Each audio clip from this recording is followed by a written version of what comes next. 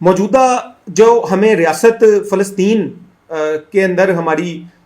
کہ میں یہ کہوں گا سینے میں جو چھرا گھونپا گیا ایک صہیونی ریاست کا، اس کے اندر جو مین کردار ادا جو کیا تاریخی اعتبار سے وہ بیلفور ڈیکلیریشن کا ہے. بڑے نام مشہور ہے، یہ آپ کو یاد ہونا چاہیے. بیلفور ڈیکلیریشن، آرتھر جے بیلفور، یہ اس کو بھی کہا جاتا ہے کہ یہ بھی ایک یہودی نسل کا انسان، اور یہ بھی وزیر اعظم رہا برطانیہ کا. اور 2 نومبر 1917 میں اس نے جب پہلی جنگ عظیم کا خاتمہ ہونے لگا تھا، اس نے ایک ڈیکلیریشن جو ہے وہ بھیجا اپنی حکومت کو. اس وقت یہ وزارت خارجہ میں تھا، جس ڈیکلیریشن کے اندر باضابطہ طور پر برطانوی حکومت سے یہ کہا گیا کہ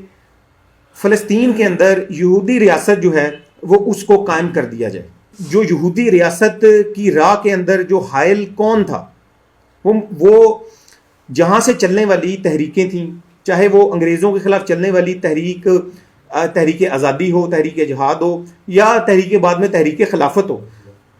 مرزا غلام قادیانی کہتا ہے کہ مجھ سے سرکار انگریز کے حق میں جو خدمت ہوئی تھی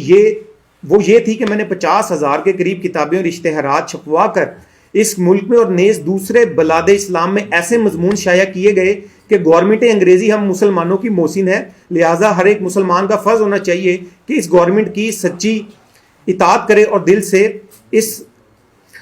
سے اس دولت کا شکر گزار اور دعا گو رہے. اور یہ کتابیں میں نے مختلف زبانوں یعنی اردو، فارسی، عربی میں تالیف کر کے اسلام کے تمام ملکوں میں پھیلا دیں، یہاں تک کہ اسلام کے 2 مقدس شہروں مکے اور مدینے میں ہی بخوشی شائع کر دیں، اور روم کے پائے تخت قسطنطنیہ اور بلاد شام اور مصر اور کابل اور افغانستان کے متفرق شہروں میں جہاں جہاں ممکن تھا اشاعت کر دی، جس کا نتیجہ یہ ہوا کہ لاکھوں انسانوں نے جہاد کے وہ غلط خیالات چھوڑ دیے جو نافہم ملاؤں کی تعلیم سے ان کے دلوں میں تھے. یہ ایک ایسی خدمت مجھ سے ظہور میں آئی کہ مجھے اس بات پر فخر ہے کہ برٹش انڈیا کے تمام مسلمان میں ان کی نظیر کوئی مسلمان نہیں دکھا سکتا. یہ ستارہ کیسریہ کا حوالہ ہے. یہ اتنا صاف حوالہ ہے، اگر آپ تاریخی اعتبار سے اس حوالے کو تاریخ میں ہونے والے واقعات کے ساتھ جوڑ کر دیکھیں گے تو آپ کو سمجھ آ جائے گی کہ اس وقت مرزا غلام قادیانی کو برٹش نے کیوں کھڑا کیا. اصل ان کا مقصد جو تھا وہ خلافت عثمانیہ کا خاتمے کرنے کے بعد نجائز صہیونی ریاست اسرائیل کا قیام تھا.